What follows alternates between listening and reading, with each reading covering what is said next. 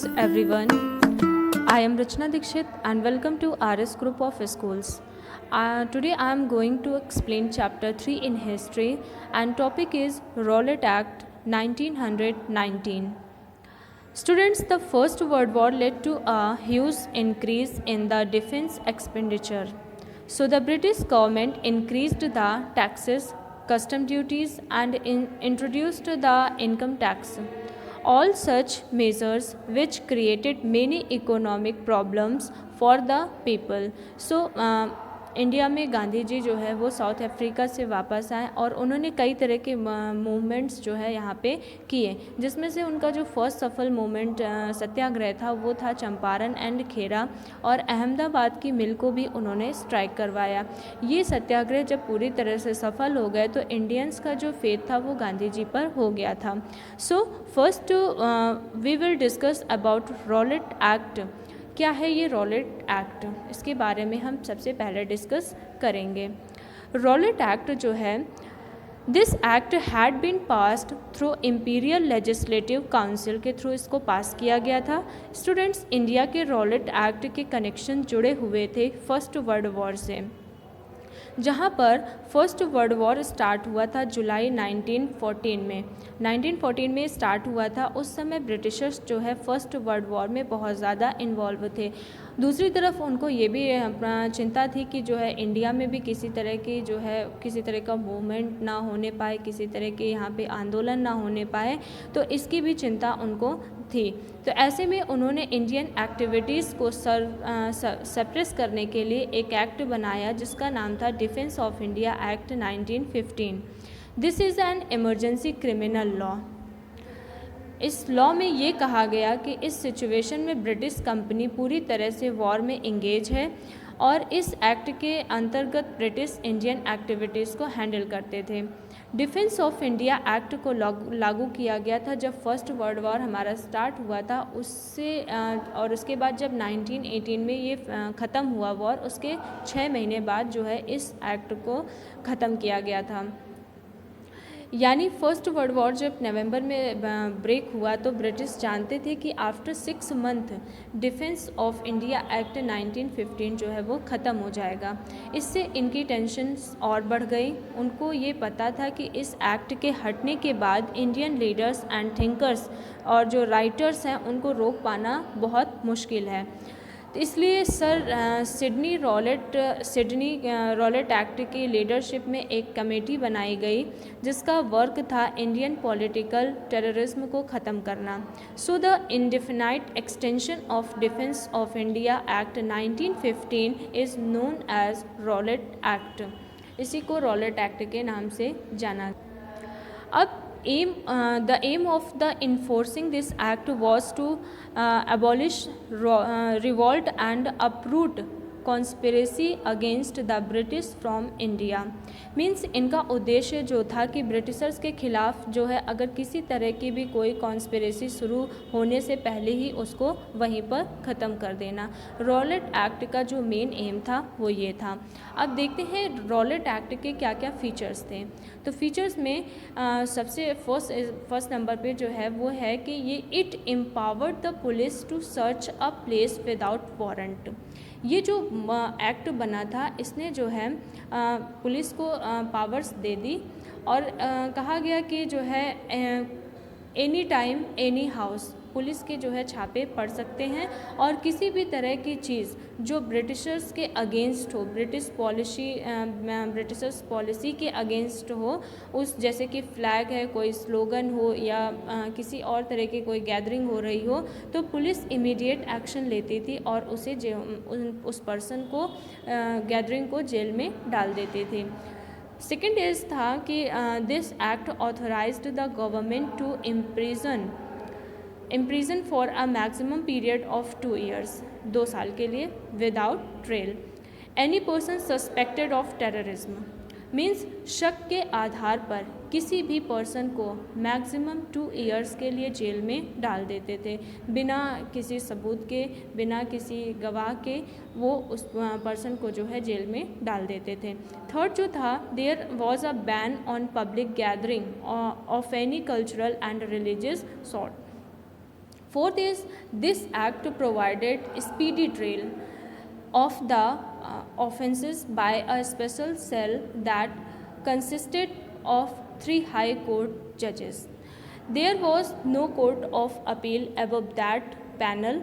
Means अगर यहाँ पर जो किसी भी पर्सन को अगर पुलिस अरेस्ट करके लाती थी तो 3 जजेस की एक पैनल होती थी। अगर उसमें यहाँ पर आप विक्टिम मान लिए गए तो कोई भी अपील जो है कहीं पे कोई नहीं कर सकता था, यानी वो पूरी तरह से अपराधी मान लिया जाता था और उसको उठा करके जेल में डाल दिया जाता था। तो रॉलेट एक्ट 1919 एक ऐसा एक्ट माना जाता है जहाँ पर बिना वकील, बिना दलील और बिना अपील के सज़ा सुनाई जाती थी, इसलिए इसे काला कानून भी कहा जाता है। इसके बाद हमारा आता है रॉलेट सत्याग्रह। तो रॉलेट सत्याग्रह जो था उसमें वॉयसराय की काउंसिलिंग में जो इंडियन मेंबर्स थे उन्होंने अपनी पोस्ट से रिज़ाइन कर दिया, जिनमें से मदन मोहन मालवीय भी एक थे। Gandhi ji suggested that a satyagraha should be launched. Gandhi ji को अब ये लगा कि एक रॉलेट एक्ट के अगेंस्ट एक satyagraha. So, when the constitutional protest failed, Gandhi ji suggested that a satyagraha should be launched. अब तो होना चाहिए एक सत्याग्रह इसके against. It was decided that a nationwide hartal, उन्होंने सोचा कि अब एक नेशन वाइड हड़ताल की जाए। By fast and prayer would be observed. The 6th of April was fixed as the date on which the satyagraha would be launched. Rallies were organised in various cities, बहुत सारे शहरों में रैलीज़ को organise किया गया। Workers went on a strike, जितने भी workers थे वो स्ट्राइक पर चले गए एंड जितनी भी शॉप्स थी उनको क्लोज़ कर दिया गया। Alarm by the popular upsurges, the British decided to clamp down on the nationalists. Britishers ने बहुत चाहा कि इन नेशनलिस्ट लीडर्स को किसी तरह से जो है दबाया जा सके, but Punjab which was suffering from war time depression and forced recruitment reacted strongly. So both in Amritsar and Lahore the situation became very dangerous for the government. Gandhi ji tried to go to Punjab to help the people, लेकिन जो उनको British government ने उनको वहाँ पर जाने नहीं दिया। इन अमृतसर ऑन 10th अप्रैल की बात है, अमृतसर में 10th अप्रैल की बात है। 2 local leaders were arrested, 2 local leaders को अरेस्ट कर लिया गया। On the same day the police fired upon a peaceful crowd. उसी समय जो है पुलिस ने एक तो 2 लीडर्स को अरेस्ट कर लिया, उसके बाद जो है पीसफुल क्राउड, भीड़ थी, जुलूस निकल रहा था, गैदरिंग थी, वहाँ पर उन्होंने पुलिस ने फायरिंग शुरू कर दी। This provoked the common masses. Now the people took, लोगों ने क्या किया, इसके बदले में जैसा पुलिस ने किया तो वैसे लोग भी जो है भड़क उठे और उन्होंने भी जो है पुलिस के ऊपर जो है लाठी चार्ज या करना शुरू कर दिया। कई जगह शॉप्स को जला दिया गया, सड़क पर जो है वो धरना प्रदर्शन करने लगे। तो सिचुएशन जो थी वो बहुत जो है क्रिटिकल हो गई थी। The army was called in and army बुलाई गई in and the city was handed over to general Dyer. तो 10th अप्रैल की बात है, जब ये सिचुएशन वहाँ पे हुई तो पूरी जो है सिचुएशन को संभालने के लिए जनरल डायर को बुलाया गया और उनको जो है कह दिया गया कि आप जो है इसको संभालिए। The head of the army जो उस समय थे, तो उन्होंने जो है मार्शल लॉ लागू कर दिया वहाँ पर कि मार्शल लॉ जो है अब यहाँ पर लागू हो जाएगा। अब जनरल डायर ने वहाँ पर मार्शल लॉ लगा तो दिया कि इससे जो है सिचुएशन जो है वो कंट्रोल में रहेगी, लेकिन 10th अप्रैल के बाद 13th अप्रैल की बात है। On 13th April a large crowd of people from neighbouring villages came to Amritsar to see a fair. आसपास के जितने भी लोग थे वो अमृतसर के और उसके आसपास के जो विलेजेस थे, टाउन्स थे, वहाँ के जो अमृतसर के लोग थे वो एक फेयर में इकट्ठे हुए। अब इन सब बातों से बेफिक्र अमृतसर और उसके आसपास के जो लोग थे जलियांवाला बाग में इकट्ठे हुए और ये दिन था 13 अप्रैल का। इस बाग में जो है एटलीस्ट कम से कम जो है 10 से 15 हज़ार लोग मौजूद थे, जिसकी खबर जनरल डायर को लग गई।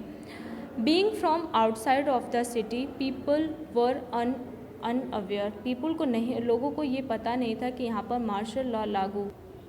General Dyer ordered his troops to open fire on the innocent crowd. तो उसी समय का सिचुएशन का फ़ायदा उठा करके जनरल डायर ने अपने ट्रूप्स को ऑर्डर दे दिया कि जो है फायरिंग शुरू कर दी जाए।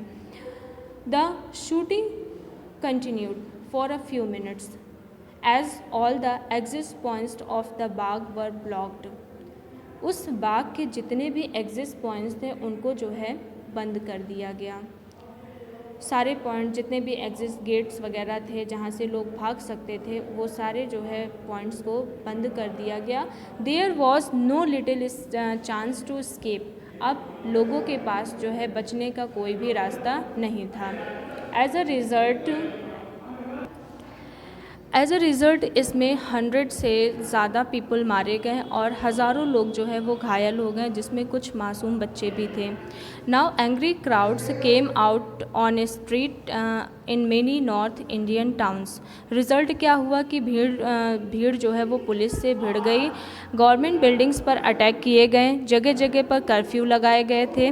Gandhi ji got upset due to this widespread violence. Finally उन्होंने 18 अप्रैल को इस सत्याग्रह को वापस ले लिया। इसके बाद 1922 में रॉलेट एक्ट को भी बंद कर दिया गया।